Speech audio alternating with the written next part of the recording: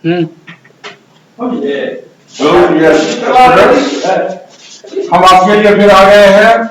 इससे पहले जो है 10 नंबर तक का ऑब्जेक्टिव हम लोग देखे थे। आज फिर लेक्चर 2 में हम लोग फिर इसको कंटिन्यू करते हैं 11 नंबर से। तो आप लोग जो है रेडी हैं, रेडी हो जाना है और अपना कॉपी कलम या जो भी है रेडी रहिए समझने के लिए। और देखिए हम लोग 11 नंबर से प्रॉब्लम को जो है सॉल्व करेंगे। ऑब्जेक्टिव है और ये ऑब्जेक्टिव है, थोड़ा हम लोग पढ़ लेते हैं इस ऑब्जेक्टिव को। यदि ए एक वर्ग वैल्यू इस प्रकार है कि यहां है, यदि एक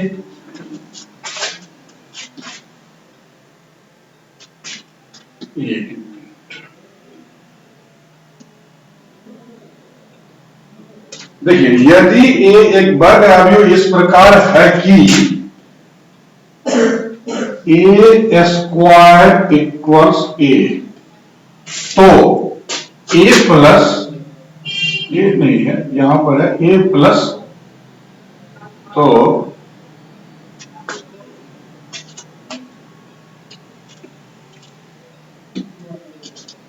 देख लेते हैं इसको।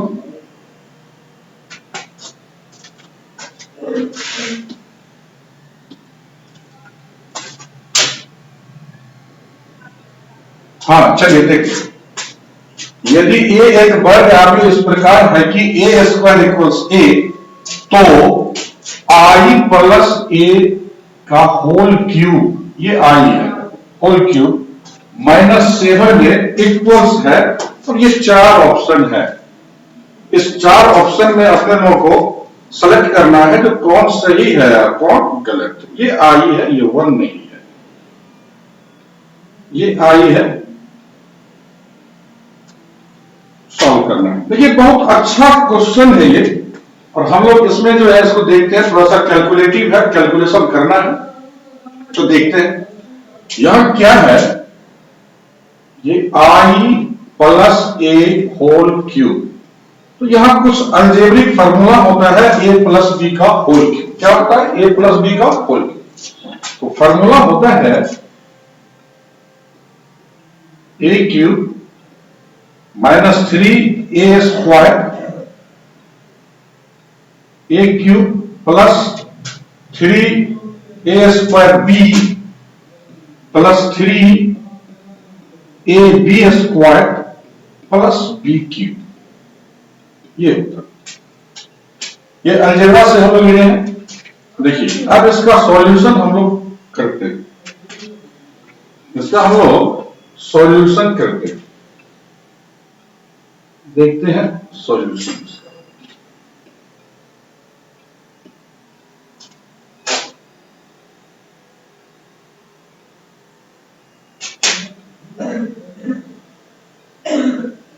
सॉल्यूशन देखते हैं इसका क्या है।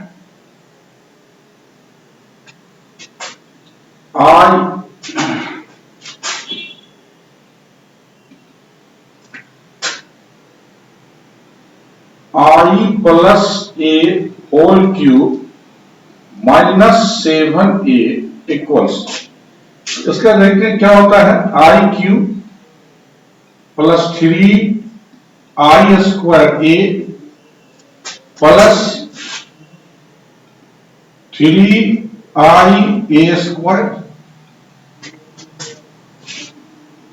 Plus A cube minus 7a। ये सॉल्यूशन है अपने लॉ का, और हम यहां पर देखते हैं, हम लोग सॉल्व करते हैं। तो देखिए क्या होगा। आई पर पावर कितना भी होता है ना, आई क्यूब है, आई पर पावर कितना भी है, आई है यहाँ आइडेंटिटी मैट्रिक्स, तो इस पर कितना भी पावर होगा तो इसका वैल्यू आइडेंटिटी ही होगा। इस तरीके से ये आइडेंटिटी हुआ, ये मैट्रिक्स ए है, 3 आइडेंटिटी, और ए स्क्वायर के बदले ए होगा। ए क्यूब को हम लोग लिख सकते हैं ए square into A minus 7a। देखिएगा ये आई है। किसी भी मैट्रिक्स को एक बात याद रखना पड़ेगा, किसी भी मैट्रिक्स को हम लोग जब भी आइडेंटिटी से मल्टीप्लाई करते हैं तो फिर वही मैट्रिक्स होता है।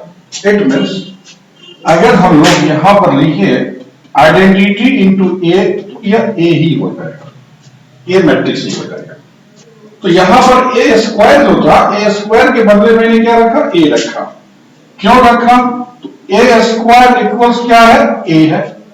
तो इस हिसाब से अगर हम लोग चले तो यहां पर देखिए ये क्या हुआ, 3a, और इस ए स्क्वायर के बदले भी हम लोग ए ही रखते हैं, -7 है। और यहां देखते हैं ये हुआ आई और ये हुआ 6a प्लस ए स्क्वायर माइनस क्या 7a, और यहां देखते हैं आई प्लस 6a, और इस ए स्क्वायर के बदले भी हम लोग ए ही रखते हैं। तो ये क्या हो गया 7 है, और यहां हो गया आई, और ये हो गया कितना 7 है -7 है, इसको हम लोग कैंसिल कर देते हैं, और ये हो गया आई। तो ये हो गया आइडेंटिटी मैट्रिक्स। अपने लोग का ये ऑप्शन है और देख सकते हैं, तो यहां जो ऑप्शन है ये आइडेंटिटी मैट्रिक्स, ये तो अपने लोग ऑप्शन हो जाएगा सी, ये करेक्ट आंसर है। तो इस तरीके से हम लोग 11 नंबर के प्रॉब्लम को देखे हैं। 11 नंबर का प्रॉब्लम है ये। आगे बढ़ते हैं हम लोग सवालों में। नेक्स्ट सवाल हम लोग सेलेक्ट करते हैं और देखते हैं। नेक्स्ट सवाल, यदि ए एक मैट्रिक्स दिया गया है तब ये क्या है।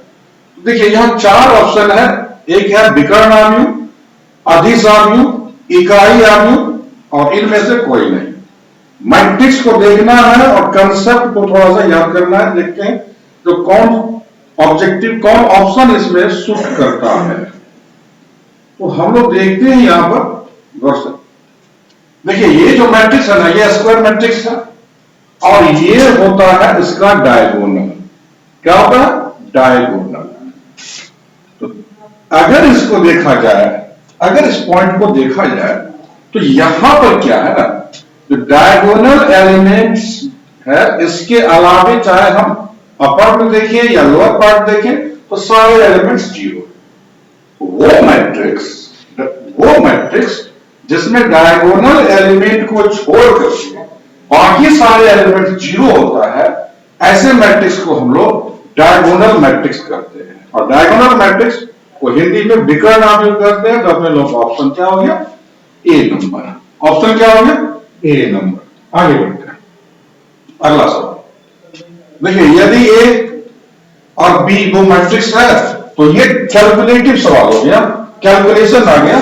तो इसका वैल्यू ऐसा पूछता है एग्जामों में, बोर्ड एग्जाम में ऑब्जेक्टिव, तो इसका कैलकुलेशन करना है। 3a - 4b का वैल्यू निकालना।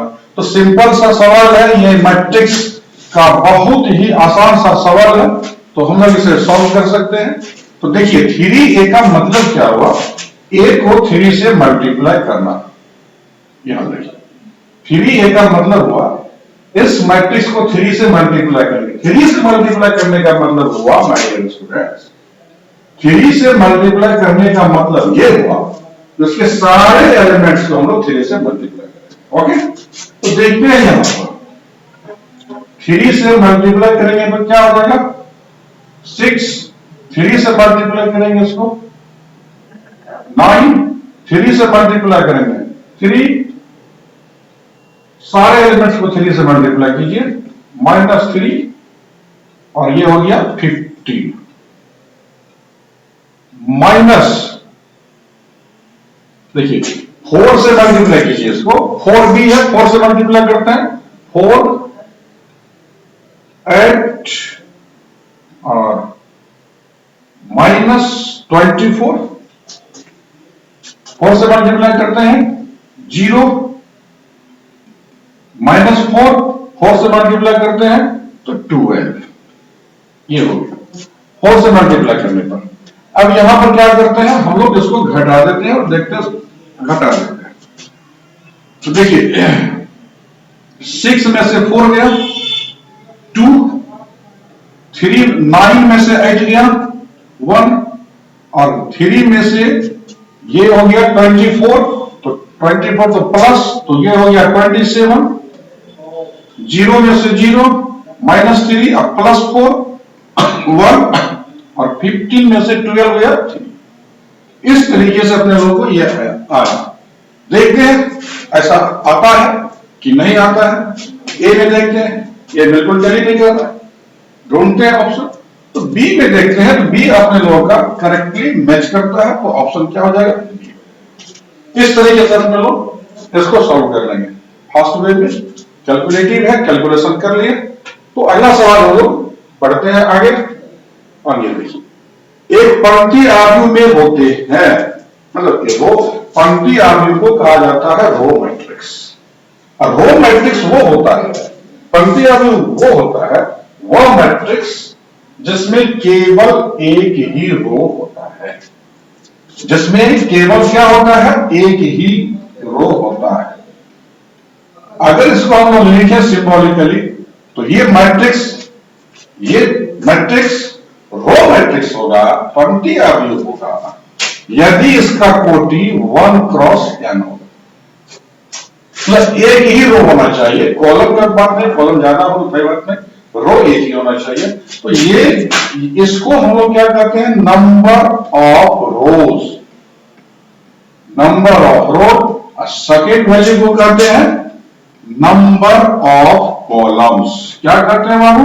Number of columns.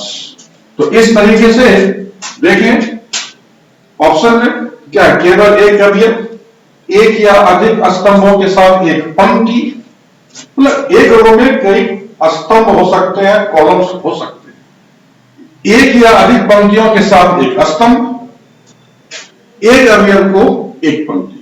तो इस तरीके से हम लोग जब ऑप्शन में आते हैं तो एक या अधिक स्तंभों के साथ एक पंक्ति, तो अपने लोग का ऑप्शन हो जाएगा बी। क्या हो जाएगा? बी। नेक्स्ट सवाल हम लोग लिखते हैं और देखते हैं। देखिए, ए एक वर्ग आव्यूह है, स्क्वायर मैट्रिक्स है, तब ए प्लस ए का ट्रांसपोज जो है वह इक्वल क्या होगा इसमें। तो हमने बताए थे आप लोगों को इससे पहले वाले लेक्चर में सिमेट्रिक और एस्क्यू सिमेट्रिक मैट्रिक्स के बारे में। सिमेट्रिक मतलब होता है सममित आव्यूह, एस्क्यू सिमेट्रिक मतलब होता है विषम सममित आव्यूह। और वहां पर बोले थे हम लोग को, जो दो सिमेट्रिक मैट्रिक्स अगर है, दो सममित आव्यूह अगर है, तो उसका योगफल हमेशा सममित ही होता है। इसका मतलब है जो ए और देखिए ये मैट्रिक्स और ये ट्रांसपोज के बारे में अगर बात करें तो ये क्या होता है? सममित होता है। क्या होता है बाबू? सममित। और यहां ए माइनस अगर होगा तो ये क्या हो जाएगा? विषम सममित। क्या हो जाएगा? विषम सममित आव्यूह हो जाएगा। अब इसमें दो क्वेश्चन अपने लोगों का डील हो रहा है आप लोगों का। एक क्या है? ए प्लस ए का ट्रांसपोज सममित, ए माइनस ए का ट्रांसपोज विषम सममित। यहां क्या है? ए प्लस ए का ट्रांसपोज क्या होगा? तो इसमें से अपने लोग चुन सकते हैं और ये क्या होगा? सममित आव्यूह। क्या हो जाएगा? सममित आव्यूह। नेक्स्ट क्वेश्चन हम लोग लेते हैं, यदि ए ट्रांसपोज आव्यूह ए का परिवर्त है तो ए बी बराबर। बहुत ही इजी क्वेश्चन और ये कंसेप्ट बेसिस क्वेश्चन है, इसमें कोई कैलकुलेशन नहीं है।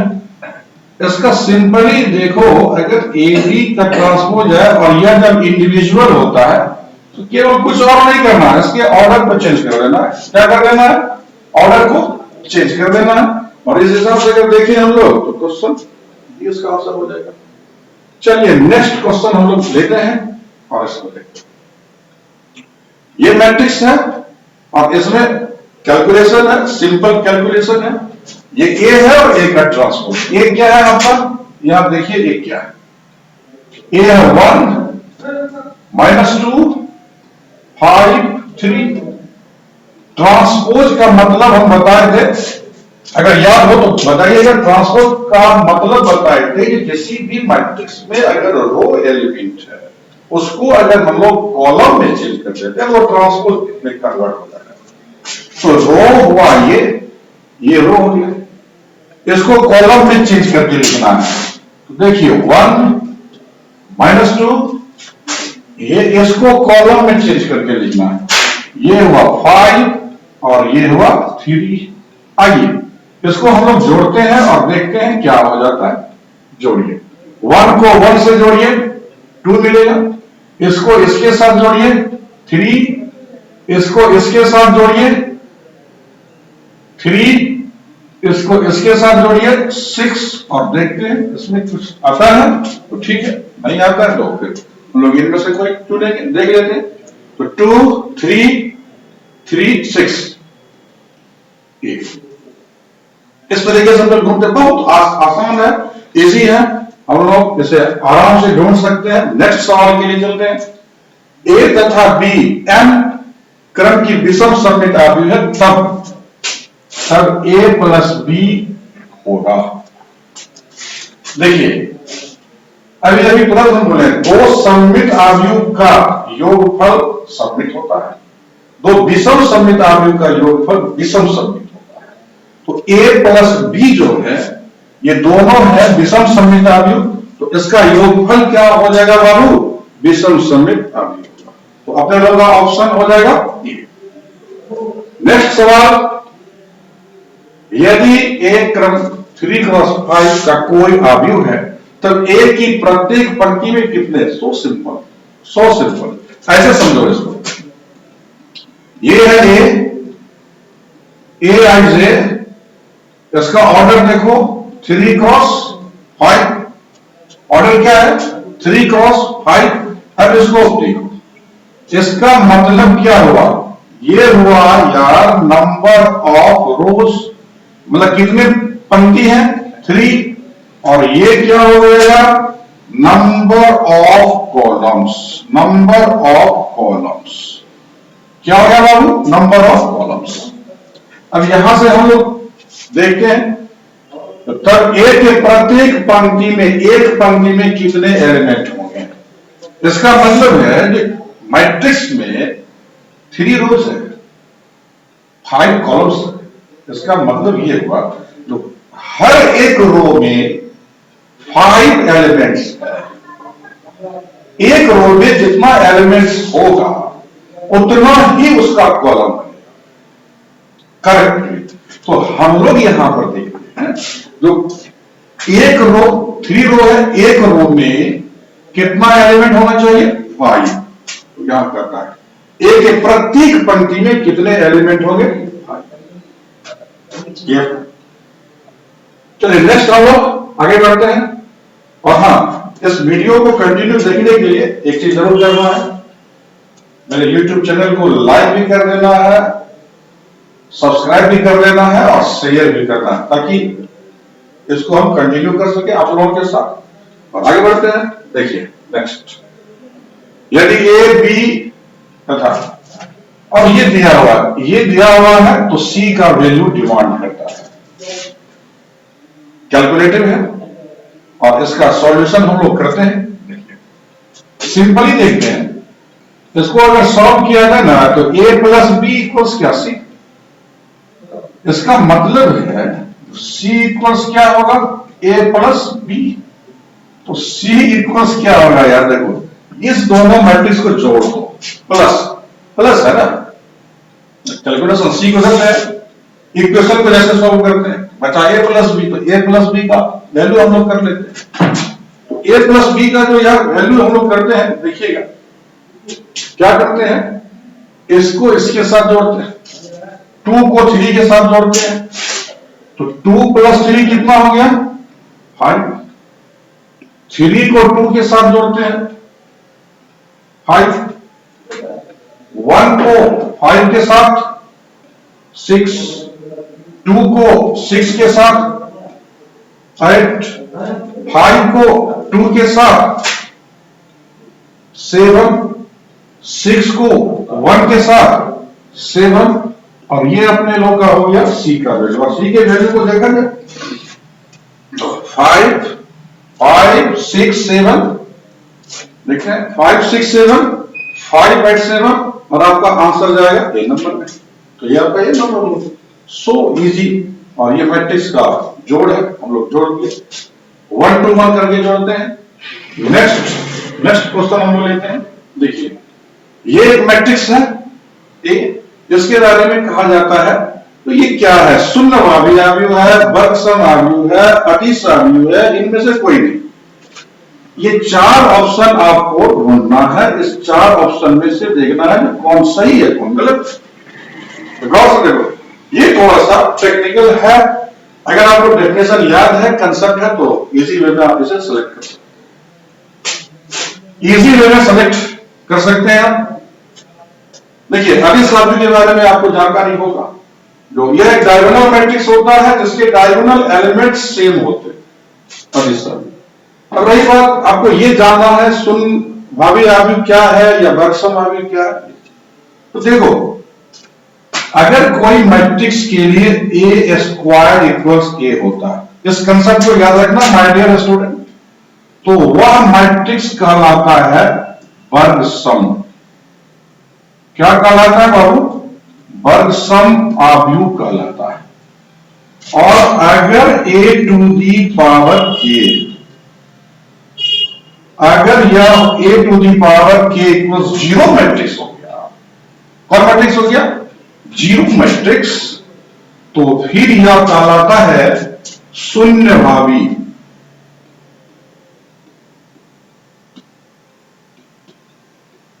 शून्य भावी आव्यूह कहलाता है।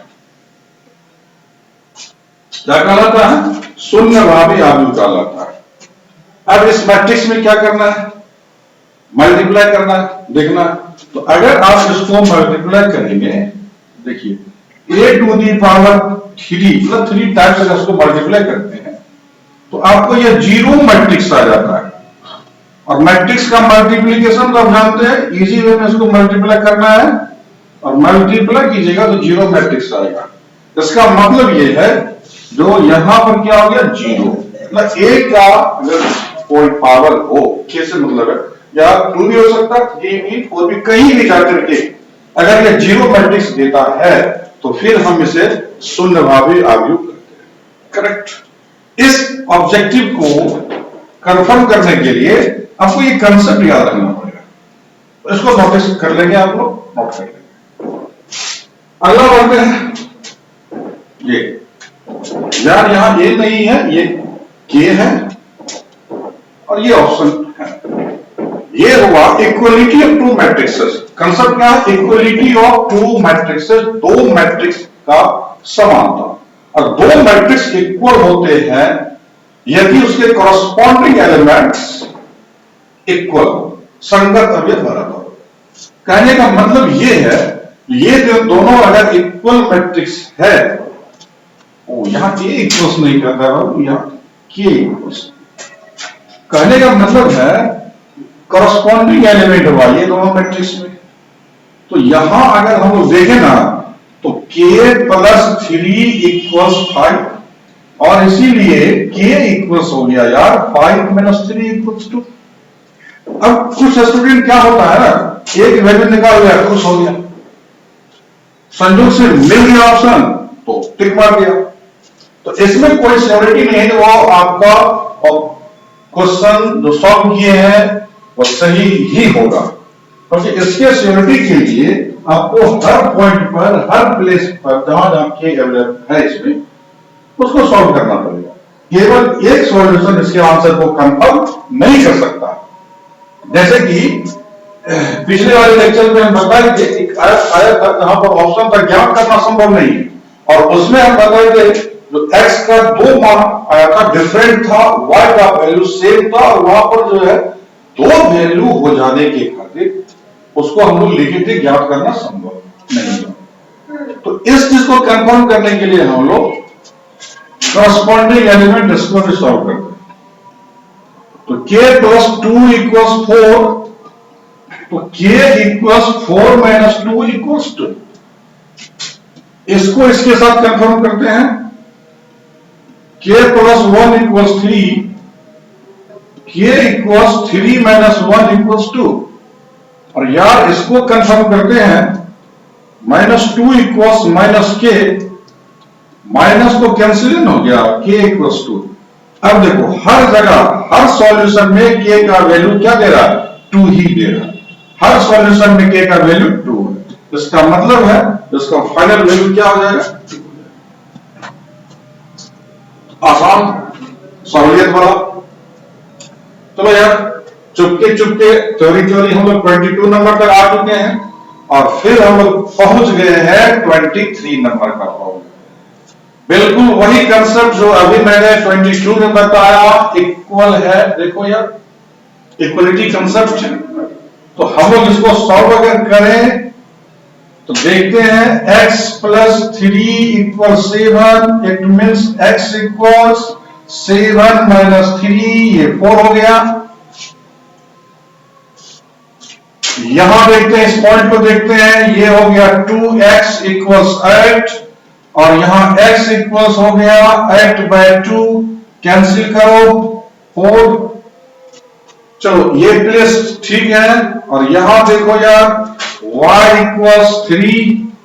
अब देखिए x का 2 मान आया, दोनों मान सेम ही है, एक ही मान आया दोनों सॉल्यूशन में, इसीलिए x का वैल्यू कंफर्म हो गया 4।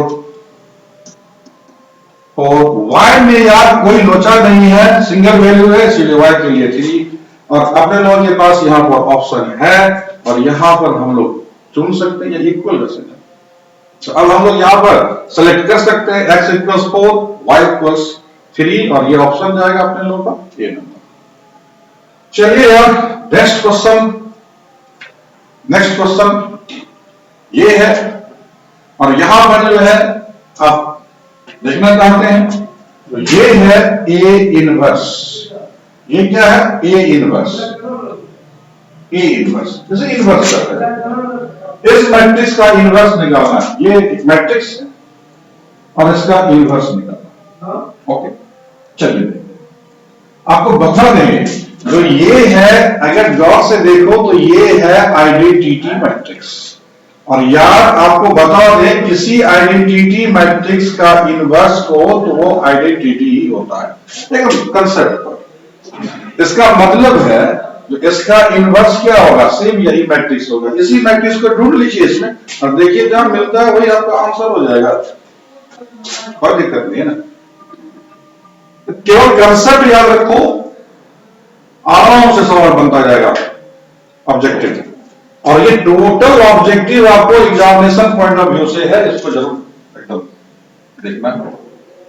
चलिए, ए तथा बी 3x3 के आव्यूह है, तब यहां पर कहता है जो a माइनस बी जो है वो 0 होगा। ये डिटर्मिनेंट आ गया, डिटर्मिनेंट है, तो a माइनस बी जो है कहता है यह 0 होगा।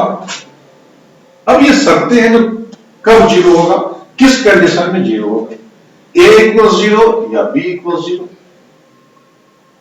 फिर कहता है डिटर्मिनेंट ऑफ a इक्वल 0 तथा डिटर्मिनेंट ऑफ b इक्वल 0। यहां कहता है determinant of minus a equal 0 या डिटर्मिनेंट ऑफ b इक्वल 0, या फिर a 0 मैट्रिक्स तथा b 0 मैट्रिक्स, और उसका वैल्यू क्या होना है, 0 होना है डिटर्मिनेंट। देखिए यहां क्या कहता है, इसका वैल्यू तब जाकर के 0 होगा, डिटर्मिनेंट वैल्यू 0 होगा। तो जरूरी नहीं है जो इसका डिटर्मिनेंट वैल्यू क्या हो, 0 हो तभी जाकर के 0 होगा। इसीलिए हम लोग ना तो इसको सेलेक्ट करेंगे ना इसको सेलेक्ट करेंगे। इस कंडीशन के मुताबिक हम लोग यहां देख सकते हैं, जो कहता है जो a 0 या b 0, ये भी कोई मैंने नहीं रखता है जो ये दोनों 0, दोनों से कोई 0 है कि नहीं है, ये नहीं। इस तरीके से हम लोग यहां पर देख सकते हैं। इस क्वेश्चन के मुताबिक अपने लोगों का ऑप्शन डी में जाना चाहिए, डी होगा। नेक्स्ट, यदि आव्यूह ए बी इक्वल 0, दो मैट्रिक्स का प्रोडक्ट 0 है, तब क्या होना चाहिए। देखो a इक्वल 0 या b इक्वल 0, a इक्वल 0 तथा b जरूरी नहीं है जो 0 मैट्रिक्स को मल्टीप्लाई करेंगे तब ही 0 आएगा, ऐसा नहीं है। 0 मैट्रिक्स का प्रोडक्ट 0 मैट्रिक्स होता ही है, लेकिन ये जरूरी नहीं है जो 0 मैट्रिक्स का प्रोडक्ट ही 0 होगा। इसलिए ये ऑप्शन जरूरी नहीं है। हम लोग यहां पर आए, यह आवश्यक नहीं है कि a इक्वल 0 या b इक्वल। अगर नॉन जीरो मैट्रिक्स, दो नॉन जीरो मैट्रिक्स भी हो तो भी उसका प्रोडक्ट वैल्यू 0 हो सकता है। इसलिए इसके लिए बात यह है। आगे बढ़ते हैं। देखिए ये है ए और ये है बी, और यहां है इसको ये आयोटा पढ़ते हैं यार, क्या पढ़ते हैं? आयोटा। ये आपका आयोटा, इसको आयोटा पढ़ते हैं।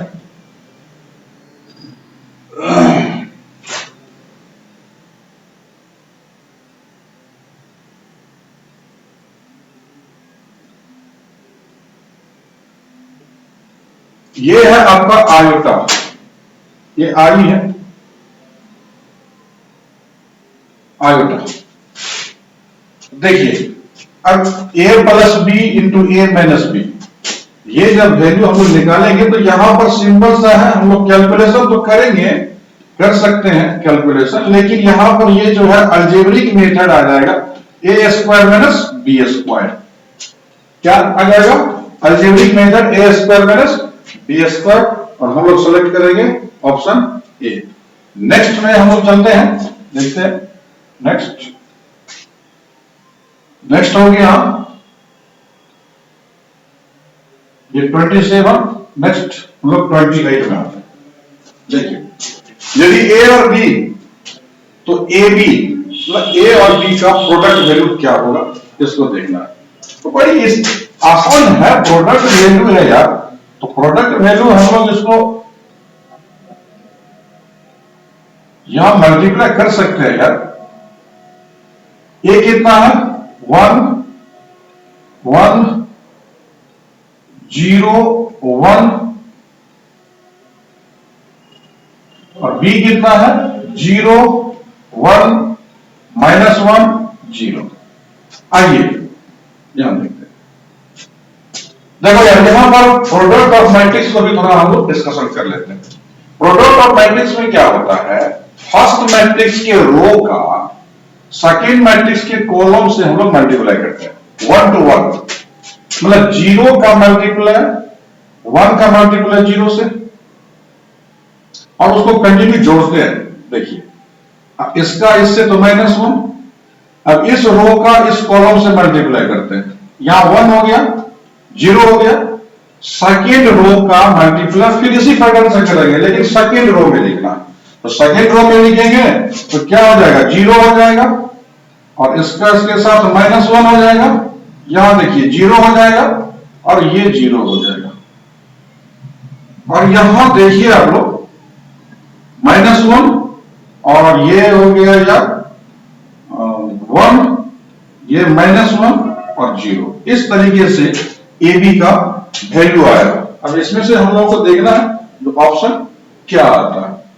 इस तरीके से ऑप्शन अपने लोग देखते हैं, मल्टीप्लाई करते हैं, तो मल्टीप्लाई में अपने लोग का ऑप्शन यहां थोड़ा सा ठीक करना होगा ऑप्शन को, ये माइनस और ये माइनस, ऑप्शन बी हो जाएगा।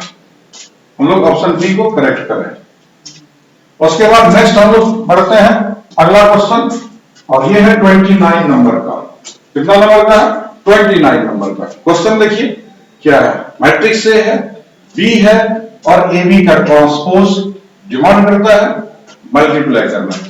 तो देखो यार ए बी का ट्रांसपोज कंसेप्ट अभी हम बताए ना, बी का ट्रांसपोज इंटू ए का ट्रांसपोज।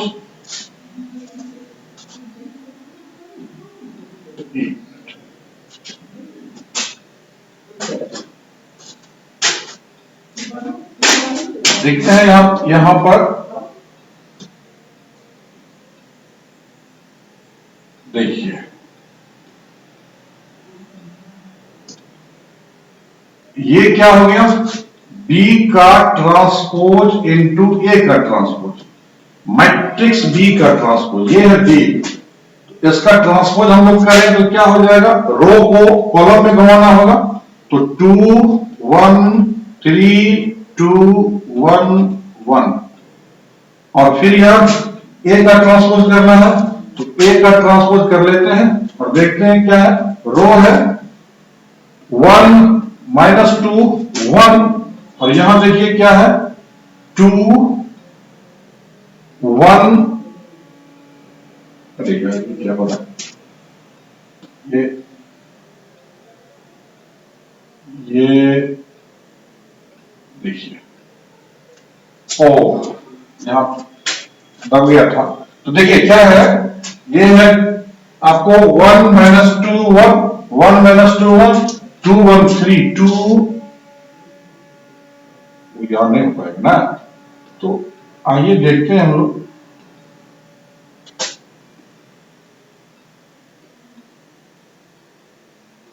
ये 28 29 हम लोग यहां करना चाह रहे थे, लेकिन जगह नहीं है यार, इसीलिए यहां पर जो है नहीं हो पा रहा है।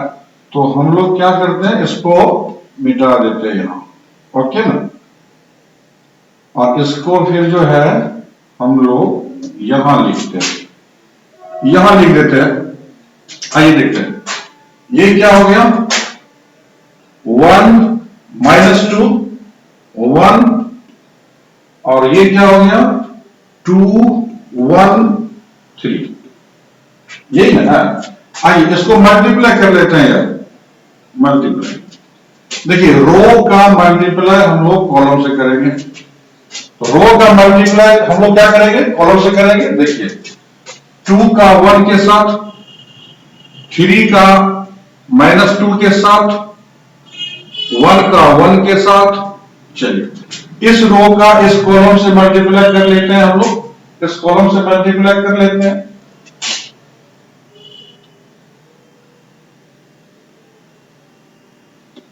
इस कॉलम से मल्टीप्लाई कर लेते हैं हम लोग 1, ये 4 हो गया,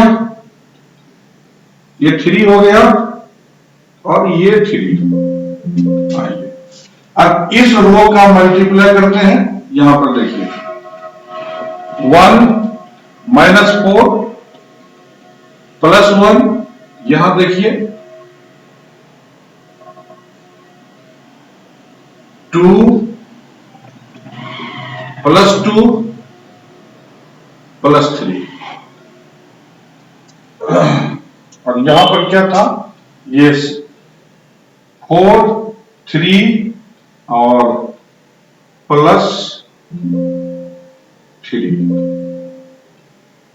और मिट जाता ना।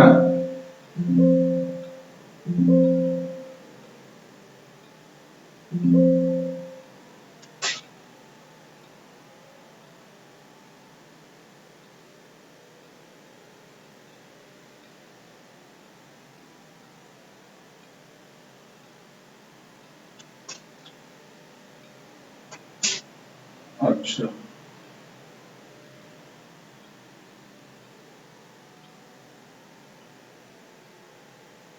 ठीक है, हम लोग आज यहीं तक देखते हैं, कुछ टेक्निकल प्रॉब्लम हो गया है, हम लोग यहीं तक देखते हैं, आगे बात करते हैं। ओके।